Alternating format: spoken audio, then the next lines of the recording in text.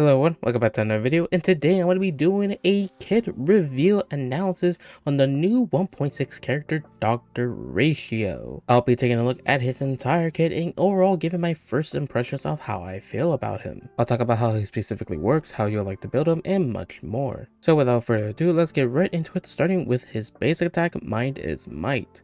Deals imaginary damage equal to 100% of Dr. Ratio's attack to a single enemy, a generic basic attack. Moving on to his skill, Method of Cognitive Enhancement. Triggers talent effect one time. Every debuff the target has additionally triggers a talent once up to a max of 4 times, then deals imaginary damage worth of 150% of Dr. Ratio's attack to the target. Now what this is talking about is the buffs that you get from his talent, which I will get into in a little bit, but basically this is mainly used to get the effect from your talent instead of just mainly dealing damage, because 150% of his attack isn't really that good. So again, the main priority is the effect that you get from his talent, and furthermore of the effect based on the debuff that the target has. So it very much benefits him to run with debuff characters that apply debuffs onto the enemies. For example, characters like Pella, and even the new character that will be coming out in the same exact patch as him in Ruin May. Moving on to his ultimate 3-step paradox. Deals 240% of Dr. Ratio's attack and imaginary damage to a target enemy unit, causing Folly of Sages.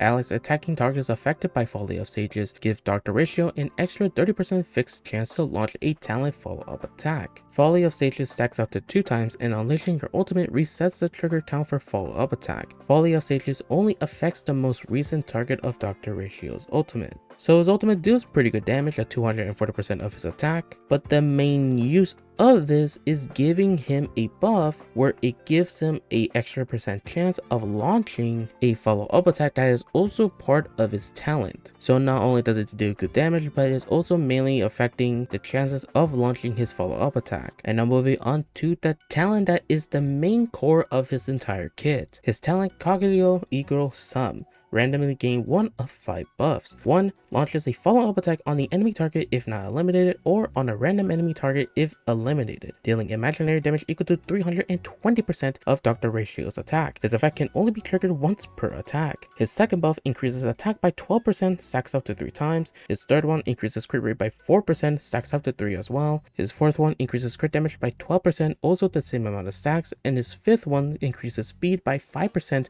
also the same amount of stacks. The buff's effect lasts for 3 turns. Okay, so this is how he basically works. Using his skill is mainly used to get stacks of the buffs that he gets from his talent, either potentially getting a follow-up attack or potentially getting a stack of one of the 4 buffs here, which all of them are very good buffs. However, considering one of the buffs is his follow-up attack, that attack is mainly used in proccing from the use of his ultimate, where this gives him extra fixed chance of proccing his follow-up attack when allies attack targets, allowing him to do a lot of consistent damage, considering that his follow-up attack is the most damage he will deal. So not only does he get a very strong follow-up attack from his talent, but also 4 extra different types of good buffs for his kit. He gets attack percent, crit rate, crit damage, and also speed. So I would say his talent is actually very good. So to summarize, his skill is mainly used to get one of the stacks of one of the 5 buffs. His ultimate is mainly used to get a fixed chance of proccing his follow-up attack more consistently whenever an ally attacks an enemy. So the amount of stats that you can get from his talent for attack is a total of 36% attack, for crit rate is 12% crit rate, crit damage is a total of 36%, and for speed is around 50% more speed.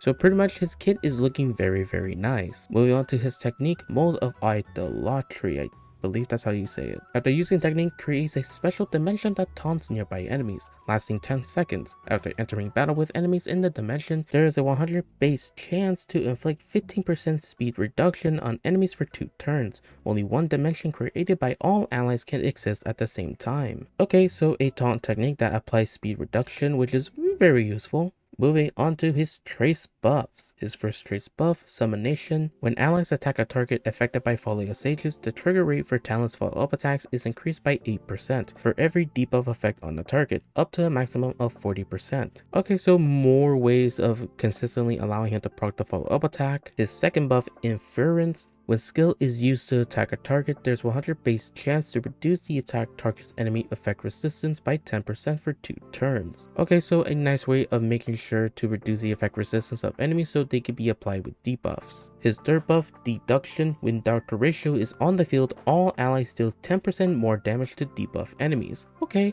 so basically it's giving the impression of that you mainly want to use characters that apply debuffs onto enemies for him to deal more damage. And the stats that he gets from his traces is defense percent, attack percent, and imaginary damage. Pretty okay trace stats. Moving on to his add-ons in case you are interested in pulling multiple copies of him. His E1 gains buff equal to that provided by the talent at the start of the battle, receives 2 stacks for each type of buff. The talent's buff stacks increase by 2 stacks and increases its duration by 1 turn. Okay, so this is a pretty nice add-on. Not only does he receive 2 stacks of each buff, but increases the stack limit by 2 and increases the duration by 1 turn for it to last for a total of 4 turns instead of 3 turns, which is a very long time. So I would say his first add-on is pretty damn good. Moving on to his second add-on, after the follow-up attack from his talent hits a target, deals additional imaginary damage equal to 20% of Dr. Ratio's attack for every debuff currently on the enemy target. This effect can be triggered for a maximum of 4 times during each follow-up attack. Okay, so a nice extra way of dealing more damage, but isn't really that massive, just a nice extra source of damage, I guess. His E4, each time a skill is buffed, Dr. Ratio gains an additional 3 energy, which is pretty okay, I guess. Just a nice way of getting more energy whenever he gets a stack of a buff. And finally, his E6 increases trigger effect for Folly of Sages an additional 1 time, plus increases damage of the talent's follow-up attacks triggered by 50%. Okay, so a nice extra source of damage for his follow-up attack, which is very nice. But honestly, I would say if you want to pull multiple copies of him without breaking your bank, I would just say get his E1 because his E1 seems actually pretty nice. And lastly, his 5-star light code increases crit damage for the wearer by 20%, deals an additional 6% crit damage to the enemy target for each debuff sustained, up to a maximum of 3 stacks. Grants the bait effect when attacking the target with an ultimate, increasing damage dealt by 36%, while follow-up attacks ignore 16% of the target's defense. This effect lasts for 2 turns. Okay, I would say this feels a lot more similar to Jinglu's light cone, where it also ignores 16% of the target's defense, while also giving him 20% crit damage, but also an additional 3 stacks of 6% crit damage based on the amount of debuffs that the enemy has. It also increases the damage dealt of the follow-up attack by 36%, which is very nice. So I would say his light cone is actually pretty nice to get. But considering that he is a hunt character, there are some other pretty good 5-star and 4-star light cone options. So judging from looking at his entire kit, how would I like to build him? Considering that he is prioritizing his follow-up attack, you definitely want to give him the new set that came out in 1.5, the Ash Blazing Grand Duke, because it increases his follow-up attack by 20% and also gives him 6% more attack every time his follow-up attack deals damage for up to a total of 8 times, which lasts for 3 turns. So overall, that will be the best set to farm for him. In terms of 2 pieces, I would definitely think South Soto is the best set for him, considering that the main source of damage is from his follow-up attack and also from his ultimate. However, if you would like to increase his damage overall, then you could definitely give him Glamoth, but again, you will have to use Henya with him, which will definitely be good. But I would say if you definitely want to go the easier route, I would definitely go with South Soto, because getting 135 to 160 speed is definitely going to be hard to get, but definitely doable if you're planning to use Henya with him. So overall, looking at his entire kit, how I like to build him, and what he essentially does, I think he's going to be a pretty nice damage dealer. Will it be the best? I don't know, but his kit does give him a lot of good buffs, which will definitely help him in terms of increasing his follow-up attack, making him an overall strong DPS. So yeah, I'm pretty excited for him. I think he's going to be strong, and I cannot wait for his release. And that's going to be it for my kit reveal analysis of Dr. Ratio's kit. Thank you guys so much for watching. If you enjoyed the video and want to see more content like this, then definitely subscribe to the channel, leave a like on the video to support it. Check out my Twitch if you want to check out my live streams over there. The link will be in the description below. That's it for today, and I hope you guys have a wonderful day. Peace.